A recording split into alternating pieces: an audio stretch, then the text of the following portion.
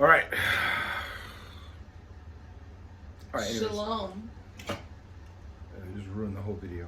Anyways, Adlebert.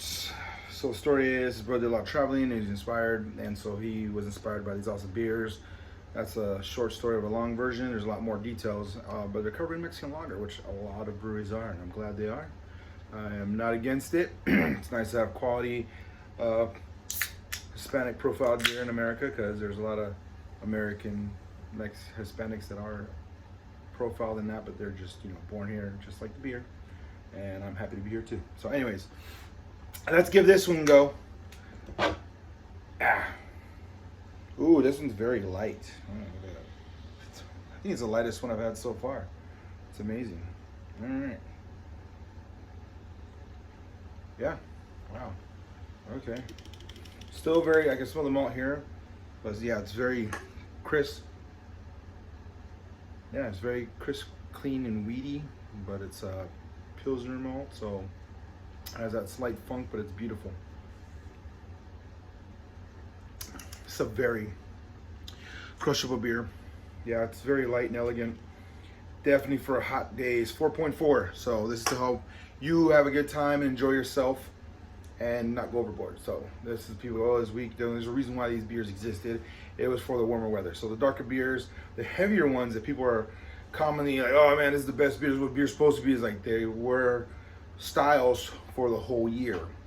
Lagers were definitely a summer, late spring, summer, early winter, because then it'll start to. So depending on your area, some areas we get cooler later or have a better transition. And so there we go. They're in Austin, and I'll tell you what, when it's humid and very ugly out here, that's very refreshing and enjoyable. Very uplifting, a little citrusy from the hops. Very mellow bitterness. So if you take too big of a gulp, it's not gonna hurt you or affect you. You just be like, damn, that's pretty solid. So it does have a little more of a profile on the Pilsner end, slightly, but they're both lagers. It's just Pilsner has the way that the grains are chosen and collected, and the yeast can have that slight touch of Pilsner. I call it like a funk, because when I was in Germany, it was very common, and it just smells like Germany. So Mexico has its own distinction, the natural yeast that over time they chose for this beer, and so if you go there, you actually kind of get that connection. So it is like wine when you're in the region where it's made at. It's got a little more going on because you're influenced by the area, the surrounding, the air, the altitude, everything, temperature, humidity, all that. So this fits here, but you still get that slight distinction of its originality, where it started from, and it's in Mexico, where a lot of regions are very dry. You got the ocean, so you get breezes, but they still have areas that get very funky and humid, so it just varies. But where these were created at, a little more right between the coast, towards the coast, so it has a little more of that vibrant, let's go out and do something type of deal. Good deal. Yeah, Adlebert makes a lot of very rich beers, so I'm actually pleasantly surprised. That is a super crushable beer.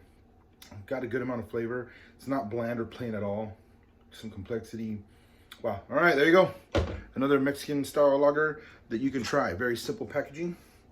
That's the man. Well, I think it's his brother. And it's called Dale. Or Dale, if you want to confuse it. But since they're all Spanish, I'm pretty sure it's Dale. Go for it. Dale. Enjoy.